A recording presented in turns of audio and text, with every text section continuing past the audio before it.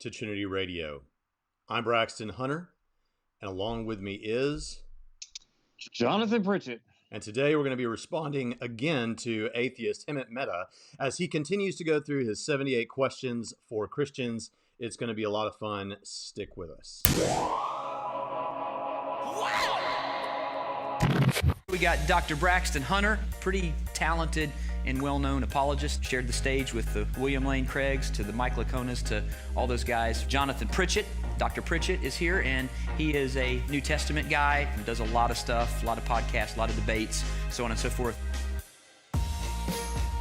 So is the guy on the left Jerry Lewis, and Braxton's trying to be Dean Martin here? The straight guy and the funny guy? They gave us nothing but tradition and no argument. All they did was get on this stage, yell real loud, and set a straw man on fire. Okay, now, I was not impressed. Hell, Jonathan Pritchett. This Jonathan Pritchett. Christian Jonathan Pritchett. Jonathan Pritchett. And Respectfully, that sounds like a little bit of a dodge. I'm claiming victory. Where I come from, extraordinary claims require extraordinary evidence. All right, Jonathan, what do you have to say for yourself today? Well, today is April Fool's Day, so today we want to dedicate Psalm 14:1 to a specific community that is so proud of their lacking. In addition to lacking their beliefs in a god or gods, they also lack an objective foundation for reason, logic, science, mathematics, morality, and even their own first-person intentional stances. So here's to you, atheists. Even though you also lack the capacity to recognize that you borrow from the worldview you oppose in order to champion those things, we love you anyway, and we're happy to share. Repent and believe the gospel. Well, praise the Lord. And as people are beginning to filter in, we are live today. This is not a previous recording. So if you have questions, feel free to ask those questions. We'll try to pick them up as we go along. If we don't get to them as we go along, we'll get to them in the end. And since Jonathan Pritchett is with us here today, we're going to follow Pritchett rules. And that means that if there's a super chat, we will try to give those preferential treatment, although we don't expect or require it. We're giving all this to you free. Although, if you're there and you would like to become a patron and continue to make this show possible, you can visit us at patreon.com/Trinity Radio, and we would love that. If you're seeing this after the live stream, when it's not live anymore, you can click in the top right-hand corner of this screen. But look, we don't have commercials, so let us say this one thing before we get started, and that is, if you become a patron, guess what you get? And this is not an April Fool's joke. You get not only episodes that we haven't previously released, you also get an explanation of how we make YouTube videos with a tour of our studio and the software we use and how to do it all on the cheap if you want to do that, because we like to do things on the cheap. Also, you can get 28 lectures, hundreds of topics, 4 full seminary level courses on the problem of evil, why would a loving God allow pain and suffering, major world religions, contemporary apologetics, and the philosophy of religion. You also get several ebooks, full ebooks. So if you are out there and you're wondering, if I became a patron, would it be worth it? Not only will you get early access to many of our videos before everybody else does, which gives you bragging rights, you also get all of that really cool stuff, and you get to support us. So I realize that coronavirus is making it where a lot of people have to tighten their belts, but if you are not in that situation and you're the kind of person that would buy us a cup of coffee or something, if you saw us once a month and you lived in our community, then we sure would appreciate it if you gave $1, $5 or more. We really, really appreciate you. So end of video, end of commercial on this video, and let's get right back to it. So Jonathan, this is the second video in a series we're doing, responding to the 78 questions that Hemant Mehta has for Christians. He's also known as the Friendly Atheist. And we got through question 9 of the 78 in an hour-long video last time. So do you think we're going to get... Now, I've primed clips up to 35 questions. Do you think we're going to get up to question number 35? No. All right, easy enough. Let's see. First of all, let me just go ahead and try this out. Ethan M says, we talk too much. It's funny that Atheist Day happens to fall on April Fool's Day. Coincidence? I think not. Yeah. Let's get right into it. And we are excited to be here with you. So here is the first question from Hemant Mehta. Whose prayers does God answer? All right, Jonathan, whose prayers does God answer? My answer would be God answers the prayers. There are requirements in the Bible or explanations of what needs to be true if you are going to if you're going to pray and have an expectation that your prayers have a good chance of being answered. But beyond that, God answers the prayers that He wants to answer that fall in line with His ultimate desires for humanity. What do you say? Well, he doesn't hear the prayers of the wicked, but he does answer my prayers. So I can also say that he definitely answers my wife's prayers, and most of the time answers my prayers in a way that I find satisfactory. So I don't, I'm not claiming any sort of supernatural power or anything, but when I pray or see my wife pray, more often than not, it's answered in a way that is actually quite favorable to whomever we're praying for. So, that's just anecdotal experience, but that all piles up to add to the fact that I think that, God answers my prayer. I can certainly attest to that. Sometimes God answers my prayers in ways that I don't like, but that doesn't mean it's not an answer. Yeah. By the way, if any of you are noticing any problems with our audio, I'm trying to figure out the new streaming software that I'm using to make it that our audio is basically close to the same volume. It's probably not perfect, but can somebody let me know how that is? Also, let me know if you're getting any kind of an echo or anything like that. That'd be really helpful. So, so that's pretty simple. Now, one thing I would say going into this right from the beginning, because we're going to hear a lot of questions on prayer from him at the start of this video, and that is that, look, when you live the Christian life, when you begin to go through life as a Christian, it doesn't, this is one of those things you kind of have to live with for a while. I mean, don't expect that you can become a Christian, even legitimately become a Christian, and then start praying, and it's like a superpower where stuff is happening left, right, and center that you pray for, like you're commanding reality. That's not how it works. Prayer, ultimately, and we're going to come back to this again and again, prayer isn't a superpower. Prayer doesn't accomplish the things that you're praying for. When we say prayer works or prayer does whatever, what we really mean by that is God does that because we asked Him to. What the prayer accomplishes is our, communicating to God, making our request known to God. That's what it does, or thanking Him or whatever else. But the prayer itself, it's not like prayer itself, independent of God, is some kind of a superpower. But when you Right. sit with it and live with it in the Christian life for long enough, what you start to experience is you start to see it happen enough that, and it's not like things like, it's not like, oh, well, if you ask for things long enough, there's going to be a few, a blind squirrel finds a nut every once in a while. No, it's not like that. Really specific things happen multiple times in the Christian life, many times. At least it has in my life. I know it has in your life. And what that does cumulatively, it's like, yeah, you guys that aren't Christians, that's cute that you don't think it works, but it totally works because we've lived with it Yeah. and we've experienced it, right? Yeah, I mean, granted, no matter how much good I claim I'll do with it, I still haven't won the lottery, and I've asked for that before in the past. But it's just, James talks about this. There is a sense in which sometimes you don't have things because you don't ask. So it's not as if, it's not like God is just Santa Claus in the sky who's ready to shower you with everything that you want. I mean, we've done episodes on prayer where we've correct wrong interpretations. I think there was a video we responded to Matt Dillahunty's understanding of certain passages that he got wrong.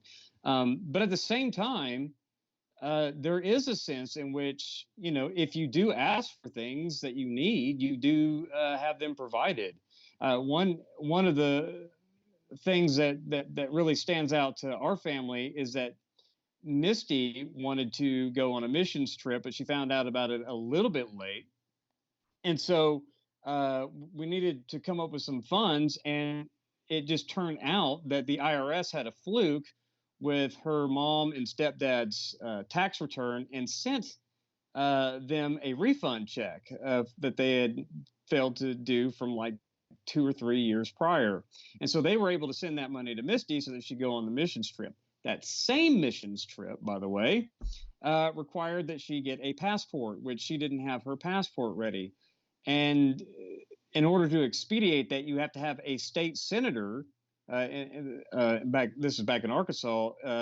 Put a rush on it so that you can get your passport. Well, one of the senators did not do that for my wife. She said, "No, we're not going to do that for you." But the other senator, David Pryor, I forgot the lady senator's name. She's no longer a senator. She got creamed in a subsequent election. But David Pryor, a Democrat senator from Arkansas, who's a pro-life, was a pro-life Democrat when he was in office. But he put a rush on it. You know, he was like, "Yeah, if you want to go on this missions trip, we'll get this done." And so all of that just kind of fell into place so that my wife could go to Mexico on a missions trip. And we saw that. Easy to say, yeah, that's all coincidence, that's all happenstance or whatever. But but like you said, when you live with this kind of thing long enough, it certainly doesn't look like that. You know, Yeah. I know the difference between just a coincidence. Last week, you wore a shirt with my face on it, and I wore a shirt with your face on it. And no, we weren't high school girls planning this. And that was a coincidence, right? Probably. But when you're praying, well, if you're a divine determinist, it was, to maximize God's greatest glory from time eternal, et cetera, et cetera. But it's still, from our perspective, a coincidence. But that's not the same thing as, praying about going to a foreign country and all of those things falling into place the way they fell into place, So things like that we all experience as Christians. Yeah. I remember the whole way it came together for our family to move to Evansville for me to come work for Trinity.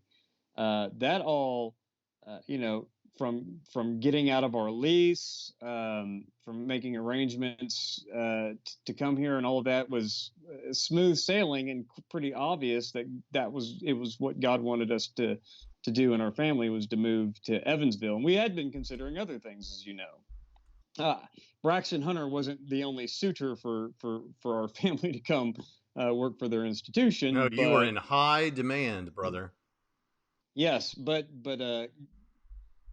God made it quite clear that because Braxton Hunter marries apologetics with evangelism and actually wants to see people come to Christ and not just mentally entertain ourselves with fanciful arguments and all of that, that really tipped the scales. Yeah, so. and but real simply, I'll give you, there's a couple of good examples. You can go Google Mike Licona and prayer, and you can find him explaining the story of, on YouTube, don't Google it, go to YouTube and type that in. What you'll see is him telling the story of an individual, and I always get this wrong, but something like they wanted to go to seminary and the cost was like $2,000 something to get started with their tuition. And it came down to the cent that a grandmother had recently died, or so, I'm probably getting this wrong, but they went and found the bonds or whatever that had matured, and it had come to exactly to the cent what they needed to get in. And you can say, oh, well, come on. But then I'm going to look back at you and say, yeah, but come on, right? I mean, that's pretty good. And there are a lot of things like that that we encounter. Let's go on to the next clip and let's hear what he has to say. And if it's ultimately God's will, what happens? Why even bother praying? God's will. Oh, by the way, I put up here, Derek Allen asks, pray for an amputee to grow a new limb, and let's see how well you do, Christians. We're going to get to that in just a few minutes because that's one of the questions that he raises. So we will come back to that. But I wanted to go ahead and put it out there. But the thing about it is, when we talk about praying, God, this is what we put on the thumbnail. God's will. Can you change God's will with your prayers? This makes a huge assumption, and I never understand this. This makes the huge assumption that, oh, by the way, they're mowing outside my house, so if you hear that, I'm sorry. I'm usually 13 stories up in a building where I don't have to hear that kind of stuff. But when you... Hey, we had to relocate our entire show to my office for a few months because no matter how high up you are, the construction, you could still hear it. So our office isn't always a surefire thing, but yeah. So,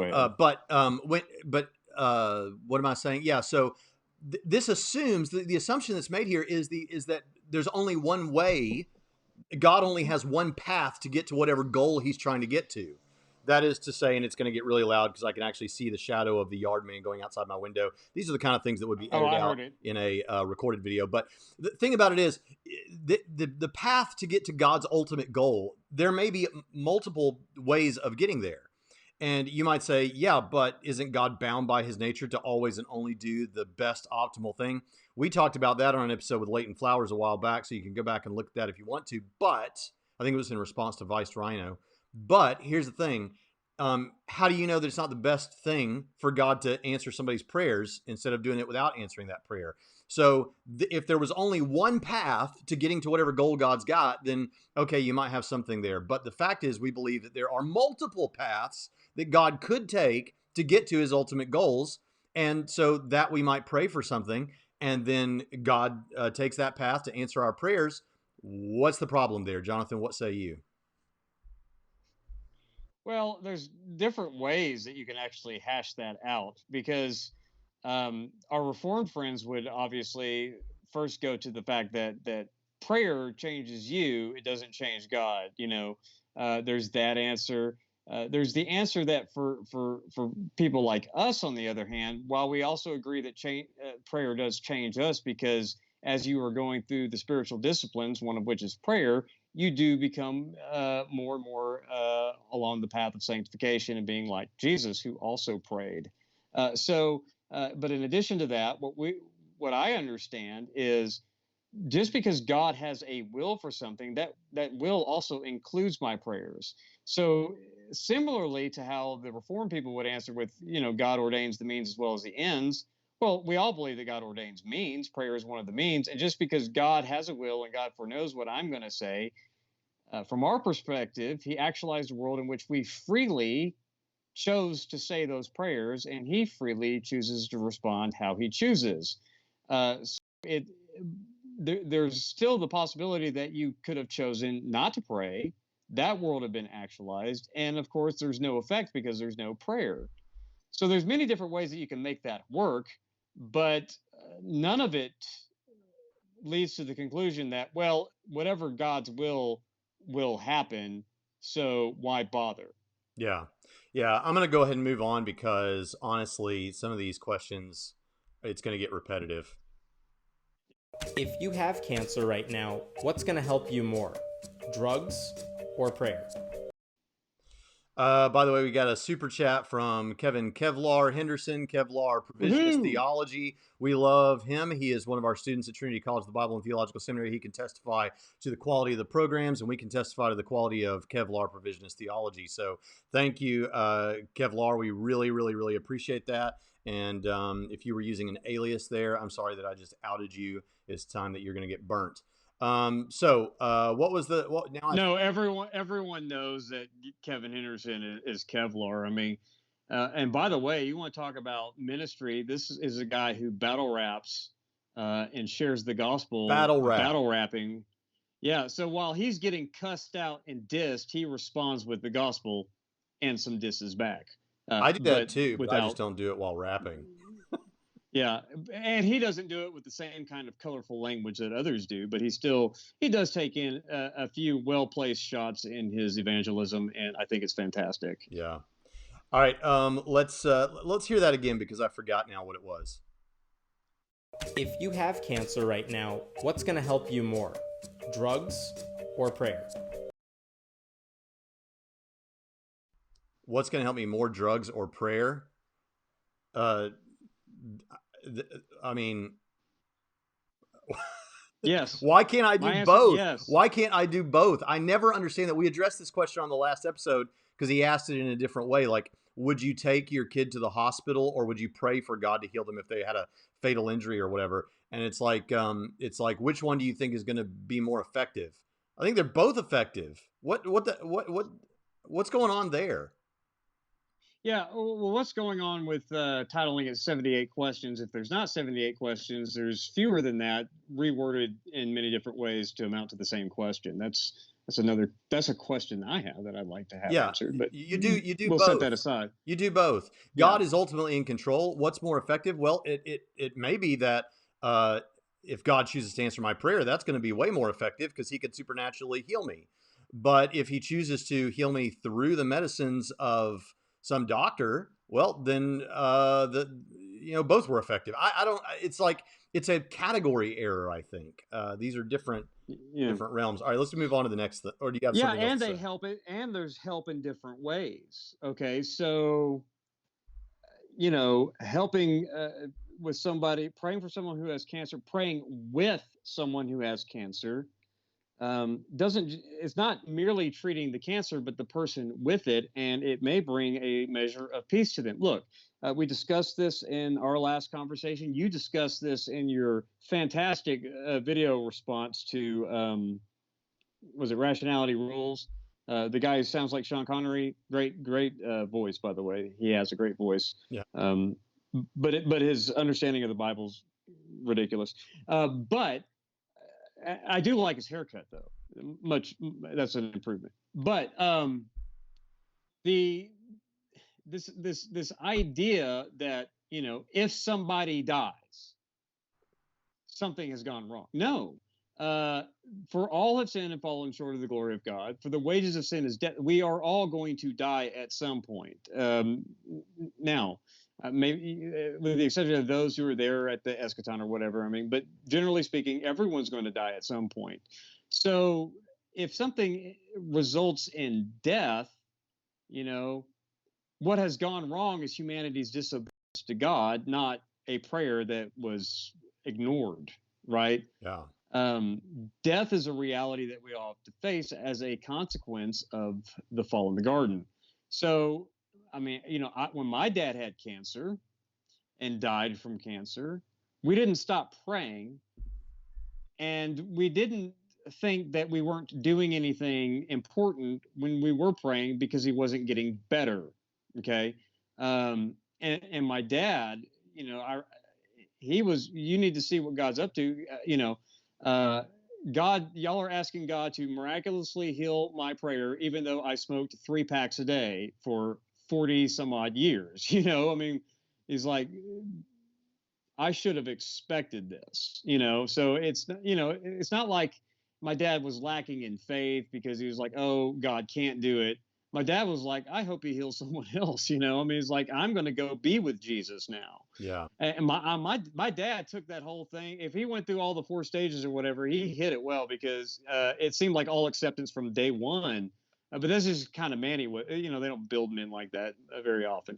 But anymore. But it's just I prayed and we took him to the doctor. It was a both and thing, and eventually he succumbed to the cancer, and it really stunk. I was not happy. I went through that. I was kind of upset with God because I wanted God to either miraculously heal him or heal him through medicines or whatever else. But that wasn't the only thing I felt, right? I mean, it wasn't the only thing that I experienced. So it's not like Christians don't also fail to grasp the short end of that stick in a manner of speaking, because there are things that I am aware of and things that I am not aware of that affected good in the cosmos because of my dad's death. Yeah. And even 11 years or going on 10 years later, I still can pick up and hear certain things about what my dad's life meant to somebody and all of that kind of stuff. So it's for me, it's a bittersweet thing, but it's not as if I thought all that praying I did was for nothing because my dad didn't beat his cancer. And so we understand both sides of that thing. So to say which do I think did more, I don't know. And neither does the man who is asking this question. Well, and that's the point that I want to drive home as we move on to the next question, and that is that what we're doing here, and I mentioned this on the last episode, which is that people will say, someone said after the last discussion you and I did, Jonathan, they said, well, you're talking about all that theology and stuff. That those aren't arguments that God exists. And we're like, yeah, because what's going on here is not us offering you an argument to try and show that atheism is false or Christianity is true. What's happening here is we have an atheist challenging Christianity and saying that Christianity has problems because X, Y, and Z. Even if he's framing them all as questions, we know that's what's going on. He's an atheist advocate. He's challenging Christianity, indicating these are problems you got to deal with.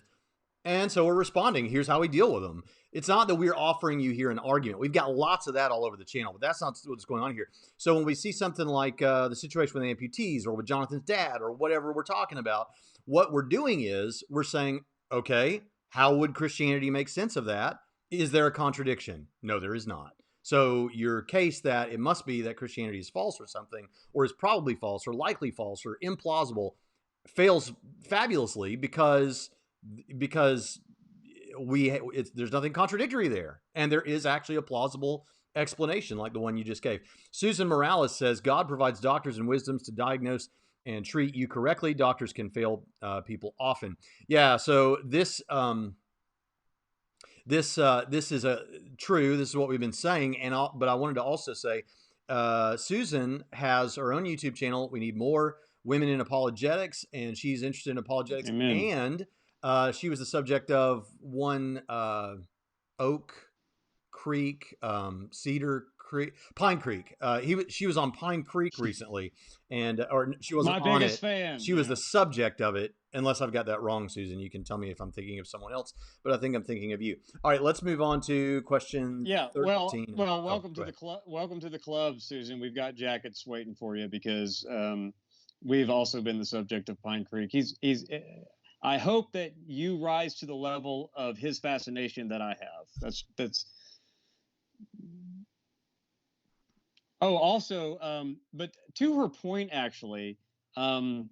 Yes, doctors can fail often. In fact, my father-in-law, who's also dealing with cancer right now, his previous doctor failed spectacularly. So we've been praying that his now current doctor, who finally decided to get him checked out and diagnosed for cancer after he was told, no, don't worry about that growth on your face, for 3 years by his previous doctor.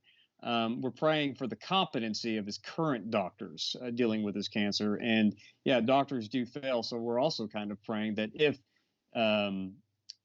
he decides to take the previous doctor to court, that is settled amicably, because I don't know that he's going to, but I'm kind of thinking I would, But that's just the kind of fellow I am. Yeah, she says, yeah, it was her that I'm thinking of the right person. All right, let's move on. I think it's question 13.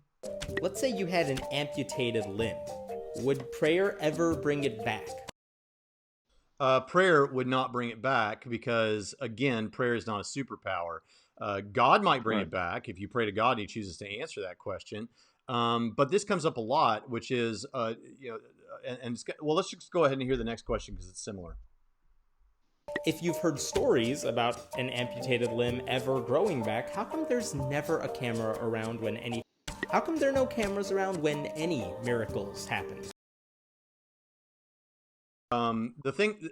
Well, you can jump at this one first if you want, Jonathan.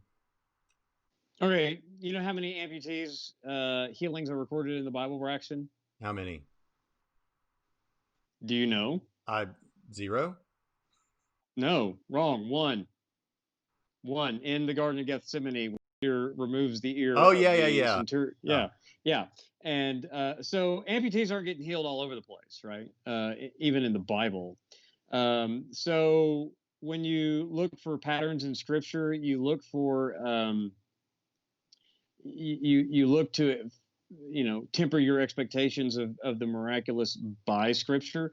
So I'm not surprised that we don't see amputees being regrowing limbs all over the place. Yeah, you look to the Bible. What you're saying is you look to the Bible to see how does it seem like God operates, and if that's something you don't see God doing, generally speaking, and as we all know, a good principle of hermeneutics, which is something I tried to say on the Rationality Rules episode I did last, which is good hermeneutics is really important when you're going to try to understand something from a different culture in a different time and all that.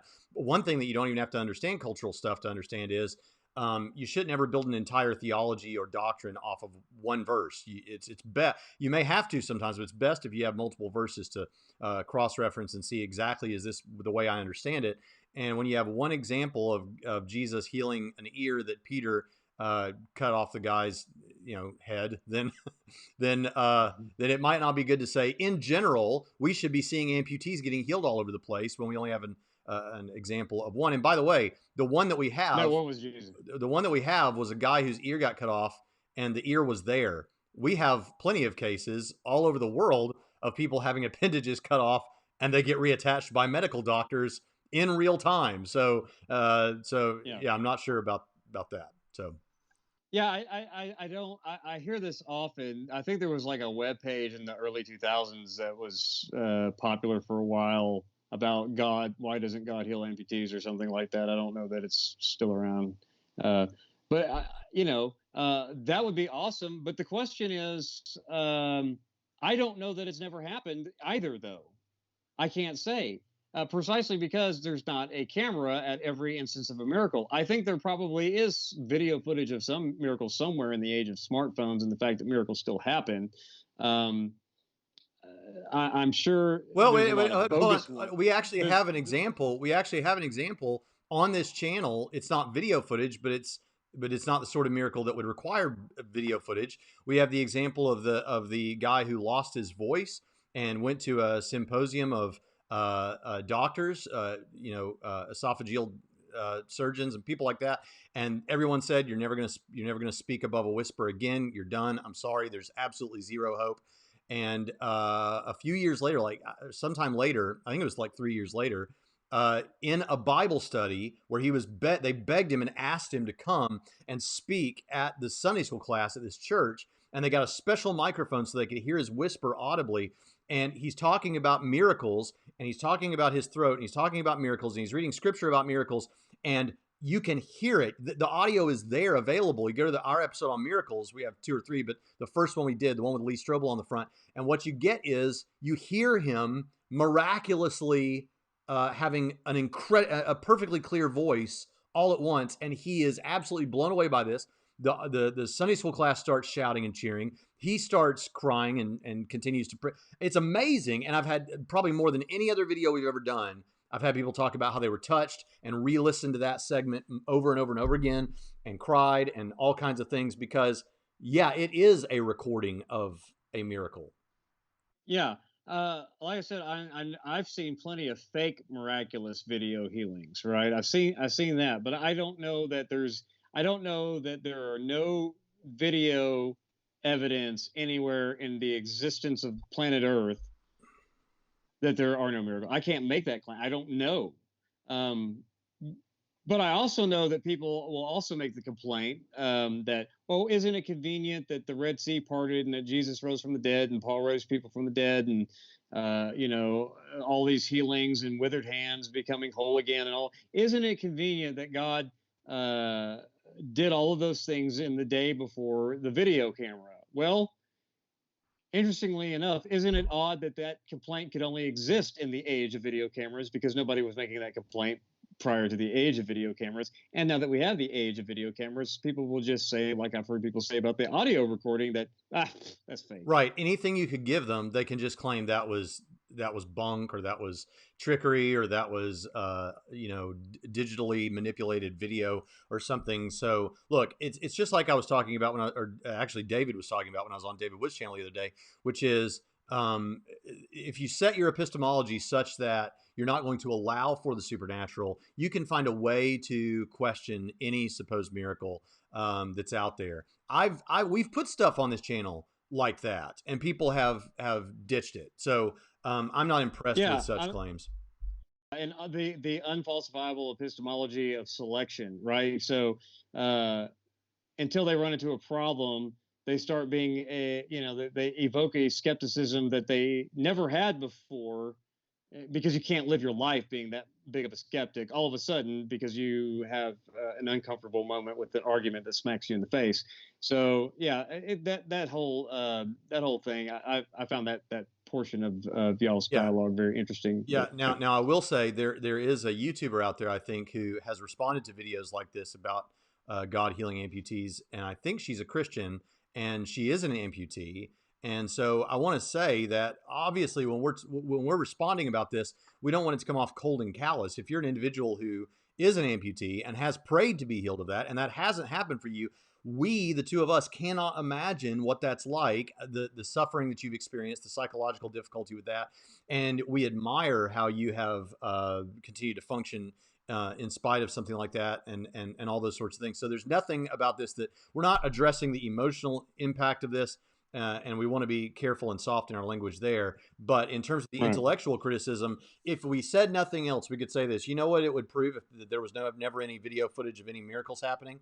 It would prove there was no video footage of any miracles happening. It wouldn't prove that miracles don't happen or that they're impossible or anything like that. Because remember, we're not offering you right now miracles as a proof of Christianity. I do have a video on that. I have 3 videos on that. What we're offering you is an answer to the question that you asked, and there is no contradiction in the claims that we've just mentioned. So let's go ahead and move on. How come there are no cameras around when any? If you had an exam coming up, what do you think would help you earn a higher score? Prayer or studying for the test? What do you think, Jonathan? Just more of the same. It's the same question. It is the same question put in a different context, isn't it? Yeah, I actually think I think prayer helps more. I'll answer this one differently. Prayer helps more. Prayer helps more than studying. Well, let me tell you says why. the Dean of Academics at Trinity College and Seminary. Okay, that's a demotion. I thought I was vice president, but okay. I get demoted right on the air. It's because it depends on how you answer this question. Okay, well, prayer is a discipline. Discipline is something that I find sorely lacking in most human beings. So the more often you pray, the more often you become disciplined to do things that are disciplines. Studying is also a discipline. So unless you become disciplined enough to study, you might need to pray so that you can become disciplined enough to study. So prayer, yeah. Because you can pray. We teach our kids to pray long before they ever have to start studying in school, at least Christian parents like I do. So I hope that instilling spiritual disciplines translates into being practically disciplined in all other areas of life. So therefore, I want to say that prayer would probably help more over time. Plus, you can pray to ask God to help bring to your attention all of the things that you do study when you do study, and ask God to sharpen your mind and make you more alert and aware and better prepared. So overall, I think prayer could actually end up being more important than studying, because prayer can actually lead to God benefiting you while you study and also while you take the exam. Bam, mic drop. All right, you get to keep your job. Did it. Yeah, at least I did good enough sophistry there to keep it. Brando says, I had horrible cramps for 13 years from Crohn's disease. God took those cramps from me over one night. I still have the disease. I just don't have any more bad cramps.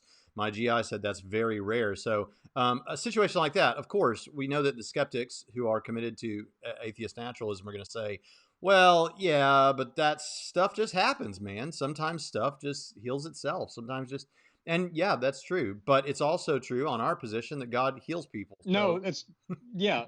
Well, that's not entirely true. That's only true for people who make a phony post-Enlightenment distinction between the natural and supernatural, because we've talked about this many times.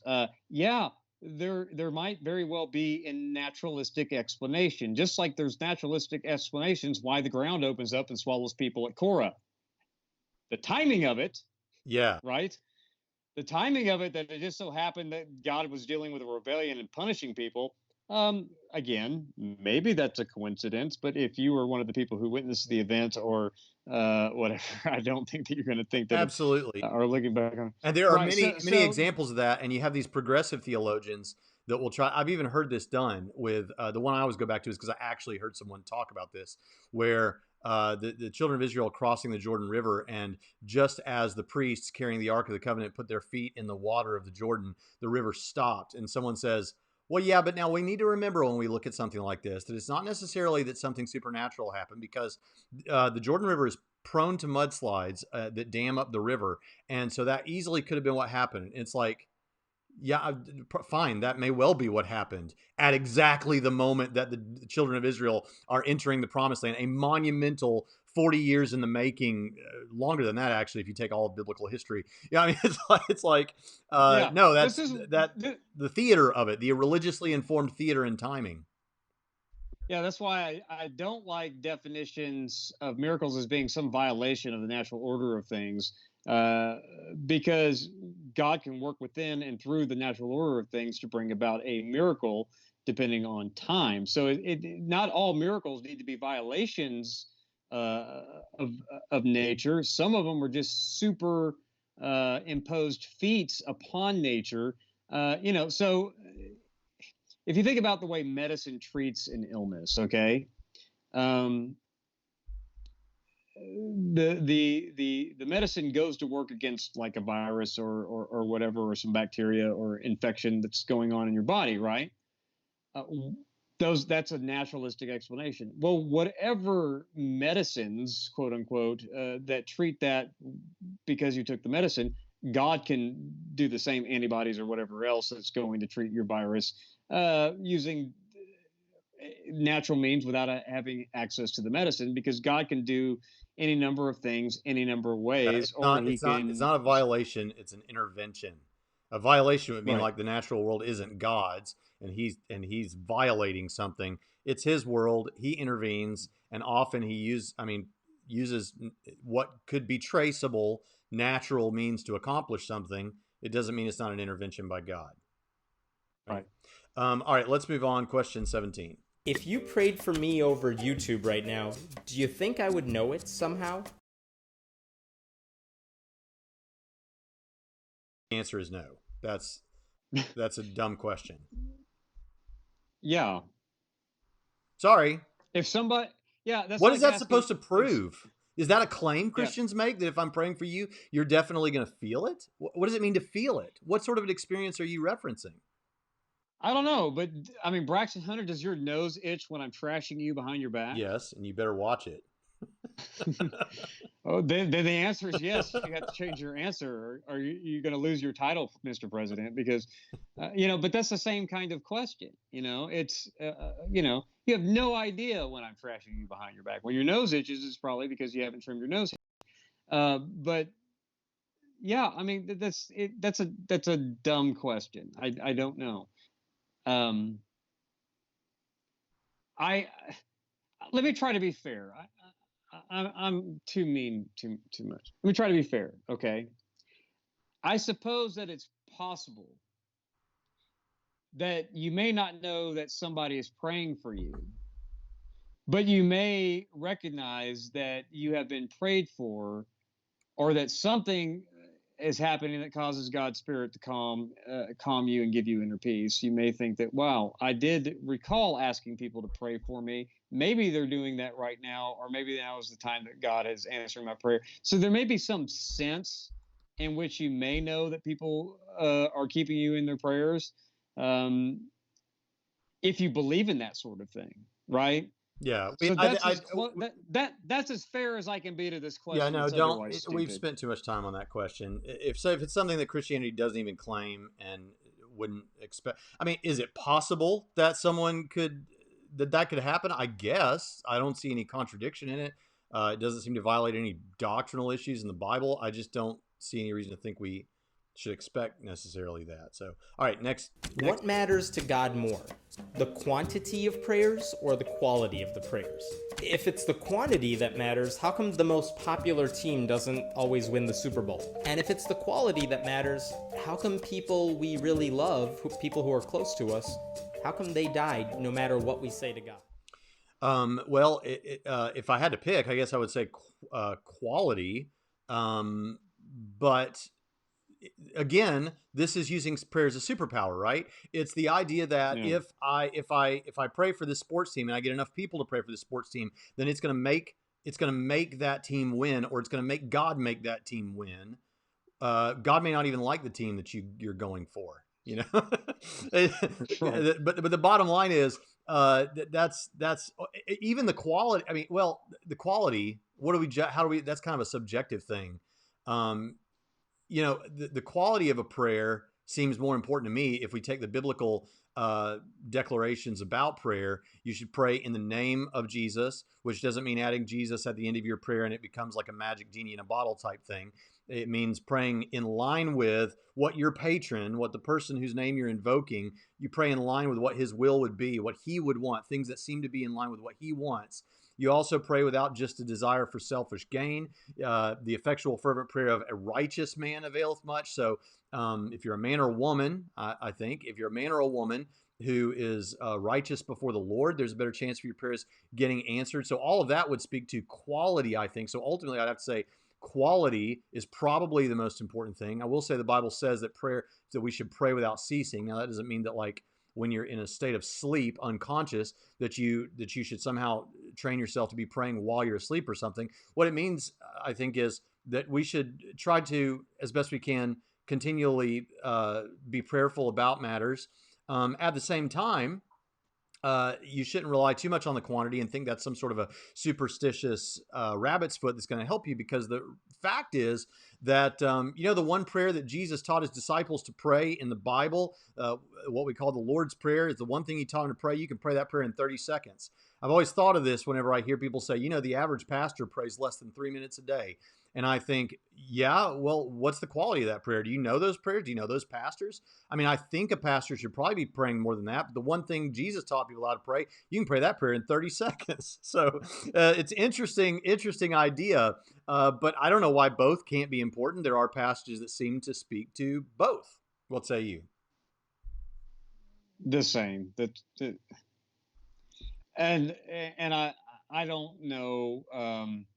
I understand the meticulous providence people are probably thinking that, yeah, God really does care who wins sports games. I don't know. I don't know what I think about that. Things can happen as the result of a sporting event, just like things can happen as a result of eating at one restaurant as opposed to another. So I'm not opposed to, divine appointments, is what those of us who don't hold the meticulous providence call it, right? But I don't. It's the same thing with the problem of evil. I have no idea the long view of God about why certain things are allowed or made to happen and other things aren't. So when a team wins a Super Bowl and the other team doesn't, but people were praying, I also think, well, that goes back to the quality versus quantity thing. Our quality, the quality of our prayers for sporting events should not be some team gets to gloat at the end, but rather that people perform fairly and safely and are not injured, right? I mean, so praying for people to win sports events, I don't know. Because I lack the perspective that God has to what somebody losing, how that impacts their any sort of butterfly effect in the world for God's purposes. So I don't know. I don't typically pray that this team wins over that anyway. So. Yeah, I mean, Dr. Guido, I don't know. I would say God doesn't care about the games or sports, but he definitely cares about the people in the sports. And that actually changes how you pray. What was the guy's name that got into some trouble, but he was John, he was a comedian, Christian comedian. Christ. John Christ, Anyway, he had this great one where he would say, when people come up to you after the church service and they say, will you pray for X? Sometimes those are very important, but like he said, one time I got this one, it was like, will you pray for my son that he wins his karate tournament? And he said, as I started to pray, I thought to myself, what am I praying here? I'm praying that some other kid gets clocked in the face. Is that what I'm praying for? If you understand that prayer, that God cares about the players more than he does the game, probably, then what your understanding is that'll change the way you pray, right? So anyway, let's move on from this. What do you say? Agreed. You pray for the safety, not for the victories. But that's a quality issue. Is it issue. possible that your prayers have no supernatural effect and only serve to make you feel better? And if that were true, would you ever admit it? Yes. Yeah, I mean, first of all, they don't. Have you been paying attention throughout this stream? They don't. Your prayers themselves don't have a supernatural effect in terms of what you're praying for. They're making your petitions known to God, and then he can bring a supernatural effect. Although I know you object to the use of the term supernatural. Right. You understand? You understand what I'm saying? So Yeah. you pray, and then God can do what God wants to do. So that's the simple answer. But if I found out that if I found out that what some Christians think is true, that God's doing what he's going to do, and if I do pray for whatever to happen is only because I was determined to pray that would happen or whatever, I would just be like, yeah, okay, I guess that's the way it is. And yeah, I'd admit it. In fact, I think I'd admit it more than some other people admit it.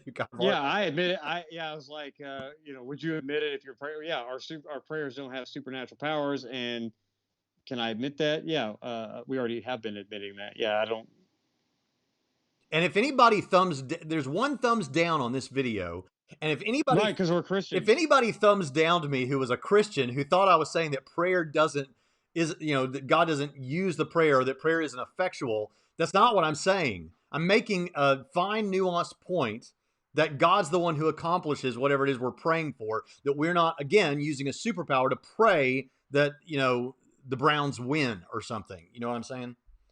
Hey, one sports team's name. Yeah, well, yeah. And I know the Tennessee Titans too. So yeah. What city are the Browns in? Why are you asking me that on a live stream? You know I can't answer questions like that.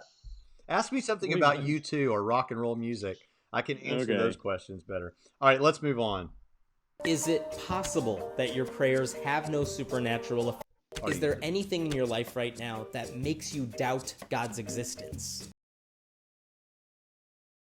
Not me. No, not. They said anything right now. No. Yeah, I don't. Thing about it is, I'm being honest. Are there things that I understand why they give people doubts? Yes. Are there things that have raised doubts in my mind in the past? Yes. But two things about that. Number one, immediately the force of all the arguments quelched those things. In fact, I have experienced, this may come as a shock to some of you, and I'm not saying I've experienced suffering on the level that some of you have, but I have experienced a pretty dramatic type of suffering in my life. You say, what is that, Braxton? Ain't none of your business what it is. But I have experienced that in my life. And you know what?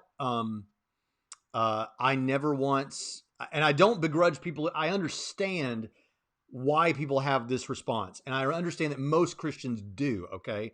So I'm not trying to sound more spiritual than you. I've got my own issues. This just isn't one of them. But I personally didn't have that anger with God over the thing that happened. And the reason for that is and this is why I think it's good to have good apologetics and good answers to the problem of evil and all that in your head in a cool moment, so that when you come to those things, you already understand it.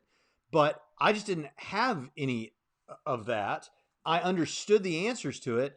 And in terms of something, but let's say something like that did cause me doubt, or the mockery of some atheist, which does seem to cause people doubt. Immediately, the force of any one of the popular theistic arguments, any of them, they're all so powerful. For me, everyone knows the Kalam cosmological argument, I think, is as close to a slam dunk, if not a slam dunk, for God's existence. If you understand that, and I know this is offensive, and I know that not everybody's there yet, and I'm going to say this loud enough that the lawnmower outside my window, that the guy can hear it, but if you understand that argument, I don't know why you're an atheist anymore. And I think we have a darn good case for the resurrection. So those things are culled away pretty easily for me. If I did have a doubt, would I admit it? Yes. And I think that people should admit it. And I think people should talk about it, because the data shows that people who talk about it with a close-knit community of faith get the answers that they need, that are plausible, and then they actually grow in their faith. If they don't have that close network and they don't make those doubts known, they tend to drift away. So that is my answer. What say you, Mr. Vice President of Academic Affairs? Oh, well, first I want to say to all the new people that, or recent listeners to the show, recent new listeners or brand new listeners, that we have a back catalog on our channel that I want to invite you to go, because I've actually talked about this issue of doubt with respect to my own personal life at length. And I've done it quite recently, I think, about, my couple times a year I'm an atheist speech, right? I've given that several times, talked about doubts or whatever. But I'm answering the question that's asked: do I have any doubts right now? No. But here's what I want to say about that whole issue of doubts. I am not a fan of either championing doubt in the Christian community as some virtue, nor am I a fan of Christians crumbling under the weight of doubt, like overreacting to doubts. Both of those extremes drive me nuts. So that's all I want to say about that issue. Yeah, we have a question or a statement here from, I guess, an atheist. I understand it, speaking about the Kalam, and I'm still an atheist. It's a whole lot of I don't know, so God. And then he also says, argument from ignorance is not convincing. Here's the thing about this, and I want to be really cautious with this because I'm talking to an individual right now. I don't want to come off as though I'm being condescending or anything like that. You're a real person, and I appreciate that you've taken the time to listen to our thoughts on these things. What I would say is it's simply not an argument from ignorance. I know a lot of people say that, but that's not even up for debate. That's just wrong. It's not an argument from ignorance. It's not I don't know, so God. It is positive reasons to land at the conclusions we land at. So there are criticisms of the Kalam that I enjoy talking about that I think are relevant, but that's not a good one. And I encourage you to go check out my stream with David Wood or my stream with Mike Winger, or listen to my debate with Matt Dillahunty, or listen to my discussion with Will the Atheist. And I think if you have an open mind, you'll see that it's simply not arguing from ignorance. That's not really even up for debate. I know it's all over YouTube atheism, but it's just not. All right, let's move on to the next thing. And I don't even know exactly where I was. Here we go. Is there anything in your life right now that makes you doubt God's existence? If you did doubt God's existence, was Jesus white?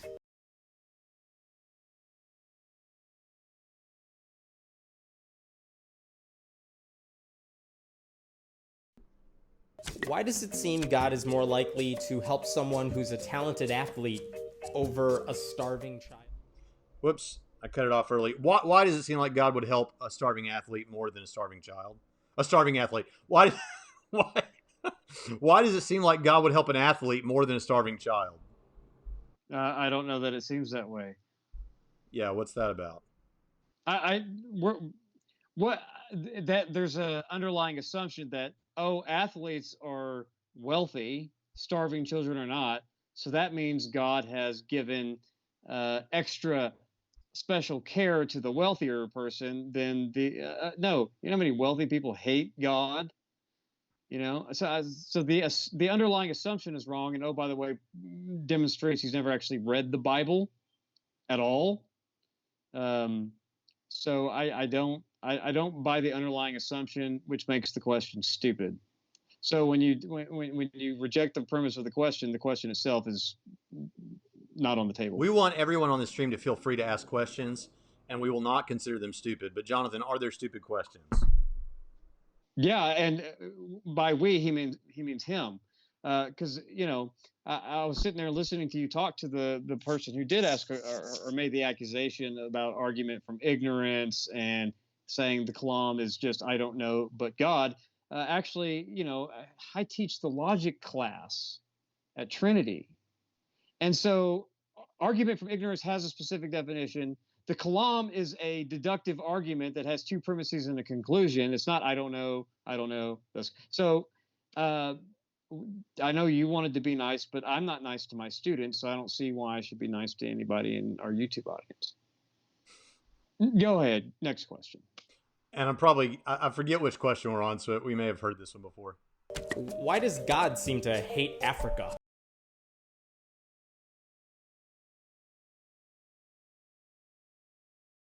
God doesn't hate Africa. He doesn't even seem to hate Africa, but it seems like Africa is undergoing an explosive revival, bringing it back to its roots, because a lot of patristic fathers who forged the very doctrines that we continue to affirm to this day were Africans. So I don't know what he's talking about.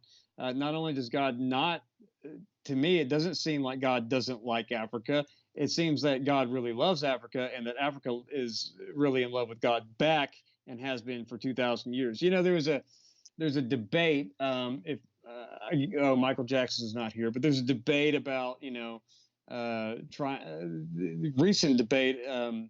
I think Adam Coleman's channel hosted it. Where there was a debate on, is Christianity the white man's religion and all this? And the guy who took the affirmative that, yeah, it is white, got thoroughly hammered and trashed and embarrassed. It wasn't even close by actual church history and scholarship from the person who said, no, it's not a white man's religion. So if this person,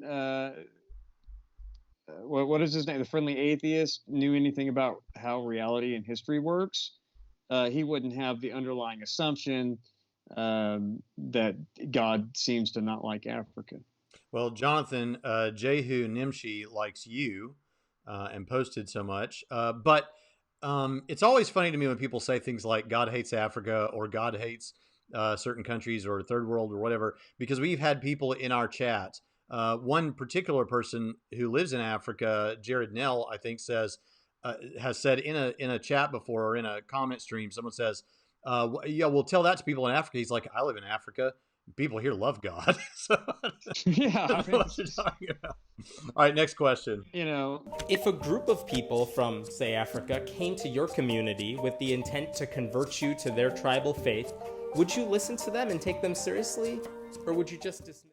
Would you just keep going believing what you want to believe? It's very possible that the tribal faith that they're bringing to me is Christianity. Yeah, that's true. Another thing is, yeah, it's because the assumption here is that Christians are not aware of major world religions. We are. Now, I'm not saying that every Christian or even most Christians are like,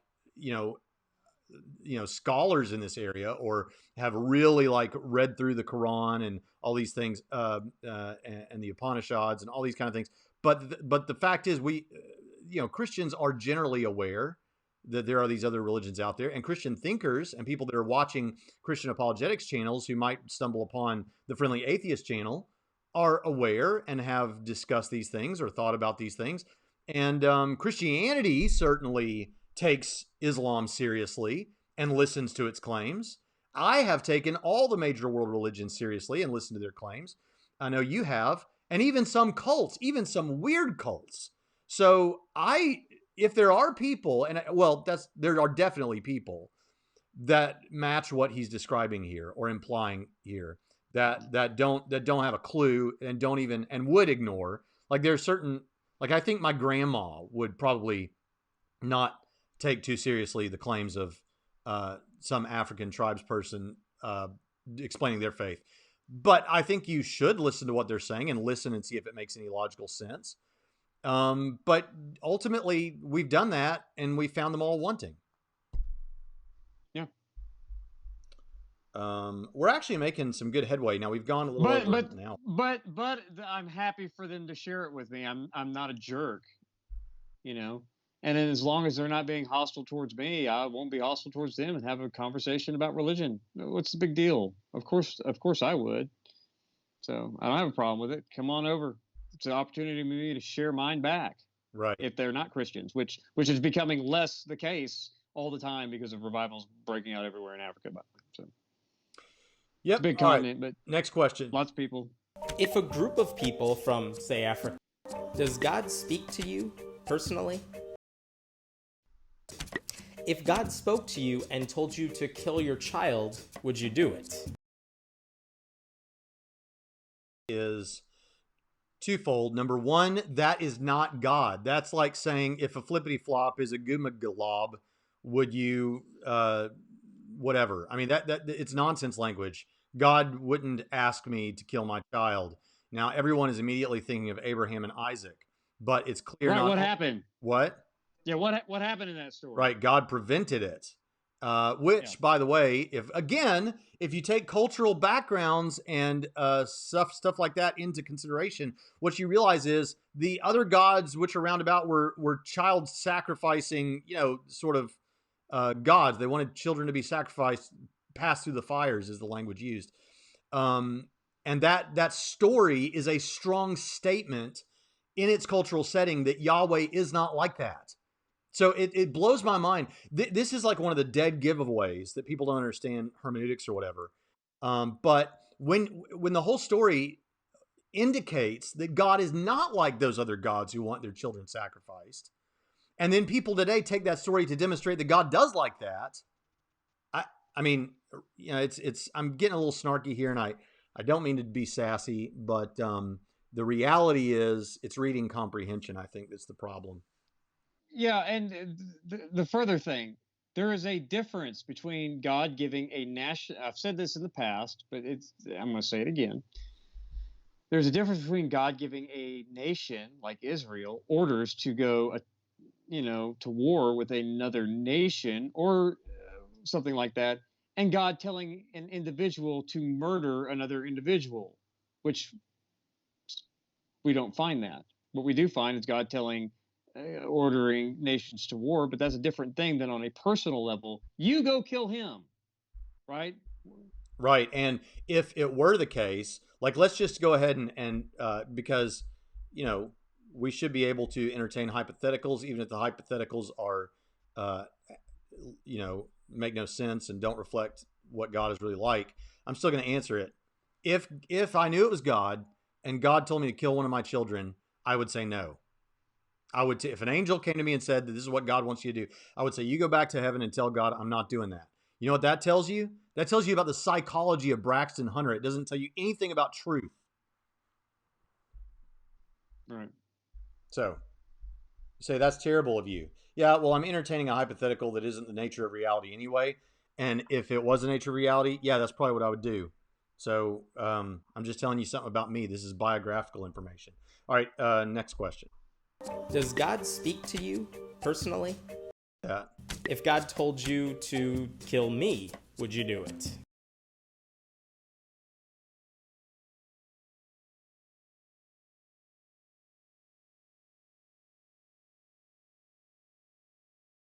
Like you had Cartesian certainty, God told you to tell you to kill your kid, and you said no, even though you had Cartesian certainty, it was God telling you to do it. Would I kill him? Yeah. No. I'm even with. I'd be like, I mean, I'll beat him up, but I Oh don't my know that I could. gosh. I don't know that I could. I don't have the constitution to kill anybody. So I'd be like, no. I'd be like, I would do the whole Moses thing. Be like, God, now you're asking me to kill the friendly atheist. He is a friendly atheist. But people are going to say, see that Yahweh, he just wants you to go around killing atheists. So Yahweh, why don't for your name's sake, not for the friendly atheist life that I'm not pleading on behalf of him. I'm pleading on behalf of your. So I could have like a Mount Sinai moment with God, like Moses did. God, don't kill all those people. Yeah. Now, don't start over with me. see, I'm noticing So examples in the chat of people talking about places where God told people to kill other people. You'll notice the first question had to do with child sacrifice, and I answered that accordingly. Has God ever told anyone to kill anybody else? Yes. But God would have good reasons for that, and we can talk about those case by case.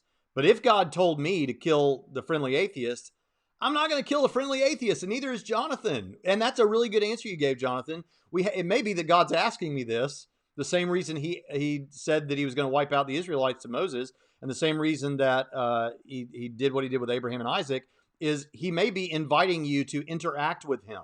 It's like there are examples of this in Scripture. Whenever, however you understand the story, when God shows up in the garden and wants to know where Adam is, and where are you, Adam? Where are you at? It's not that God doesn't know where Adam's at. It's God is inviting Adam. Like if I go into my kitchen and see that my kids have gotten into the cookie jar when they weren't supposed to, and I say, "Uh-oh, did somebody get in the cookie jar? Jacqueline, did you get in the cookie jar?" I know she got in the cookie jar. Everybody knows she got in the cookie jar. She's always getting in the cookie jar. Question. Yeah, known answer questions happen all the time. Yeah. I'm inviting her to interact with me and maybe express some virtue. And it may be that if God asks such a thing about the friendly atheist, he doesn't want me to actually do that, but he's inviting me to interact and do what you said. But God, this will damage your namesake or whatever, right? Yeah, but again, it's a hypothetical because the original question was, does God speak to you? Well, audibly, not me. I'm not saying I don't believe God never, ever does that. He may, I don't know. He may speak to other people. I don't know. He doesn't speak to me audibly, but does he speak to me in other ways? Yeah, sure. Oh yeah, does God speak to me? I've never actually had an audible, um, I've never had an actual audible sort of thing like that, or something, but I have had strong indications like you just described or referenced. I would like it. I think all Christians have probably asked for that at some point or another. I've never received it. Um, yeah, that's the answer to that question. All right, let's see where we're at.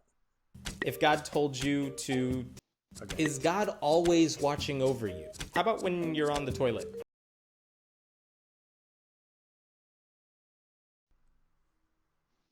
Yes. Me too. He's not bothered by that, and I'm not bothered by that. He's the creator of the universe. He designed my physical body. And so the idea that it would freak me out or freak him out to be watching over any of us while we're on the toilet is a weird thought. Maybe it's just a point of humor or something. Yeah, I mean, as far as omnipresence goes, everything is constantly present before him. There's nowhere that he's not present, right? In a sense.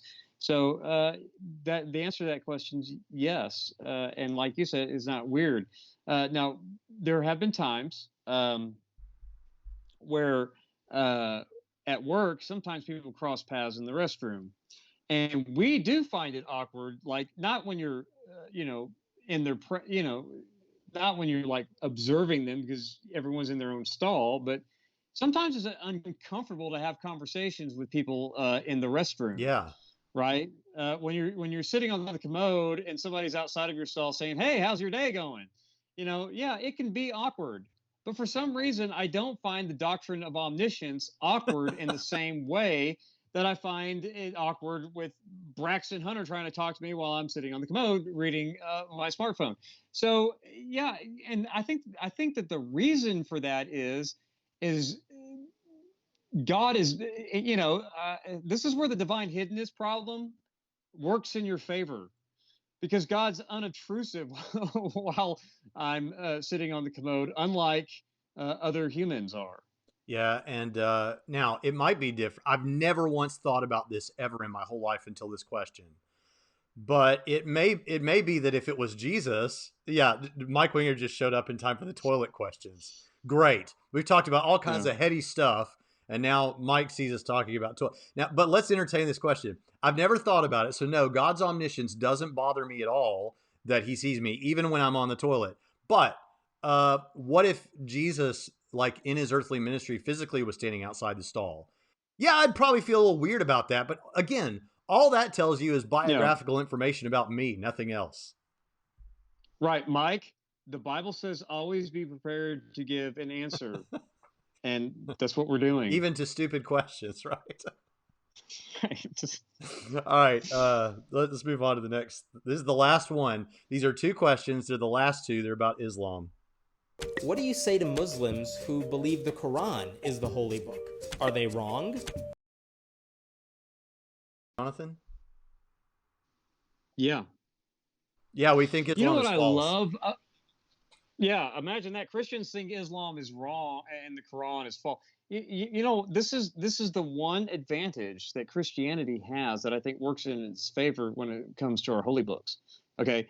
I would actually feel uncomfortable with the Bible if it had one human author. You understand? So when religious texts are composed, like the Book of Mormon has one human author, right? The Quran supposedly has one human author, is attributed to it. We never attribute to the Bible a single human author. We attribute a single divine author who inspired a text through multiple humans over multiple centuries. And there's something that I feel more confident about when you examine the Bible.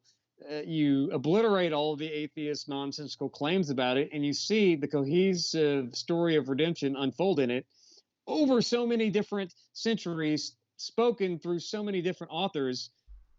There's something more reassuring than that, than somebody centuries later coming along and saying, here's the final whole book religious text that supersedes all prior texts.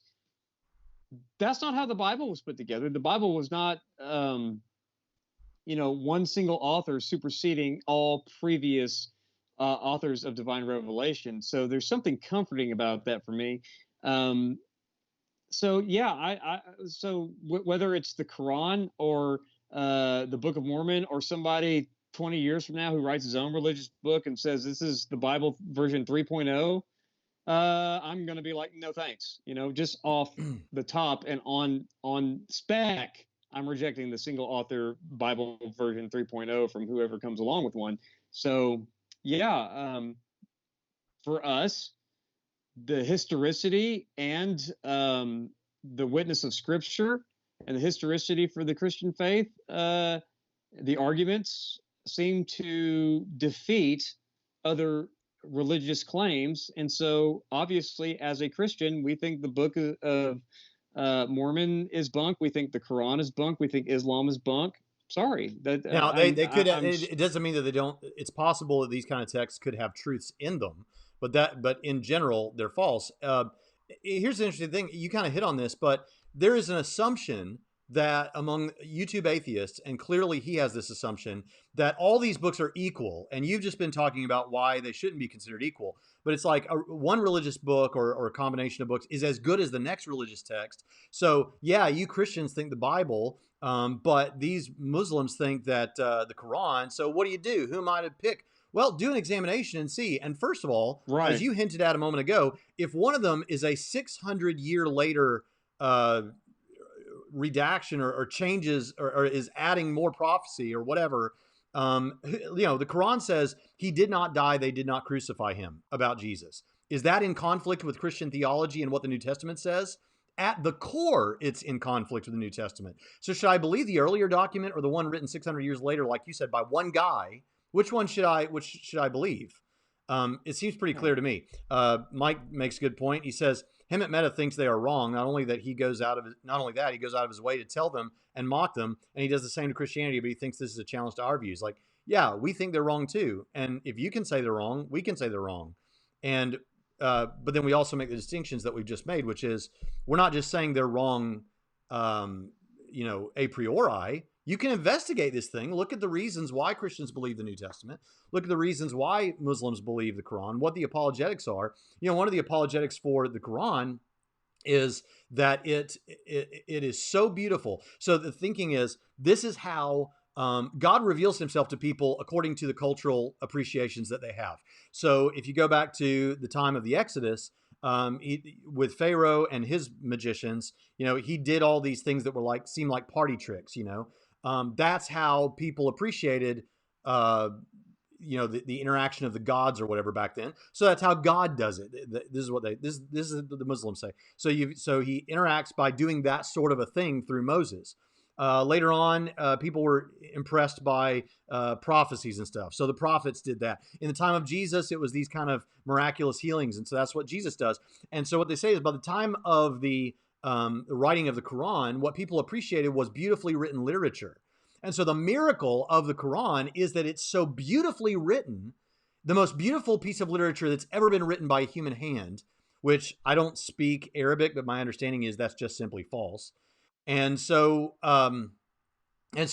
that's supposed to be the claim. This is a commission of a fallacy that is known as the design fallacy. And the design fallacy is if something is beautiful enough, it's true, or it should be believed.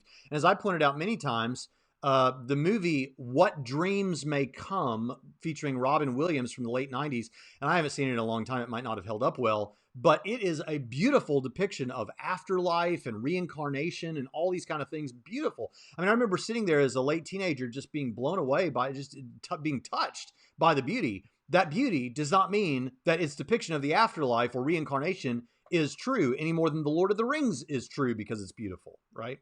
Right. And likewise, the book of Judges is not beautifully written. But that doesn't make it false, right? So yeah. But to be fair, I have heard some, not many, but some Christians make the same claim about the Bible, and they shouldn't. Yeah, you don't do that.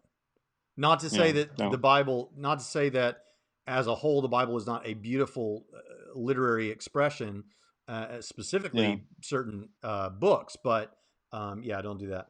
All right. Yeah, when you compare the Book of Revelation to to Luke's Gospel, for example, you can tell one of those is a lot prettier Greek than the other. You know what I mean? Yeah. One of them is better written in Greek than the other. I mean, it's pretty obvious. So we don't make claims like that. You don't need to. Well, Jonathan, it's been about an hour and 20 minutes, and we got through all the questions that I lined up for this episode. We got to question number 35. There are 78 questions. So I was wrong. I was wrong. You didn't think we'd make it. Well, yeah, but I didn't think that I also didn't think that it'd been an hour and 20 minutes. So yeah, we're just droning on forever. We need to shut up and get off. We do. Now, I don't know if you folks are into this stuff or not. This has not been the most well-attended live stream, so maybe not. But we've had fun, and we're glad that you all stayed with us. Thanks for the chat. We've really enjoyed it. Thanks for the super chat. That was a lot of fun. And what you need to do is you need to check out the other great shows, Leighton Flowers, Soteriology 101, the guys at the Bible Bro Down, Steve Gregg's The Narrow Path. Also, if you're interested in seminary, check out Trinity College of the Bible and Theological Seminary at trinitysem.edu. And number one, whatever else you take away from this, take this from it. And this is not an apologetic argument. This is the preaching of the gospel. We are all sinners, and all have sinned and fallen short of the glory of God. Because of that, all of us stand condemned. But Jesus, the Son of God, died for the sin of the world. He was dead, buried, and rose again, and conquered death, that you can one day rise from the dead. And you just need to trust and repent of your sins. I'd love to talk to you about that. You say, well, I don't know what to say to God. I don't know what to pray. You just need to tell the Lord that you know you're a sinner, that you believe that Jesus died for you and rose again, as Romans 10:9 says. And then you need to place your faith in Christ. That doesn't mean just saying a prayer and then it's one and done. That means committing to a life of service to your new patron. And so we invite you to do that. And you can contact me at braxton@trinityradio.org to tell me all about it. I really appreciate that you were here. And we'll see you next time on Trinity Radio.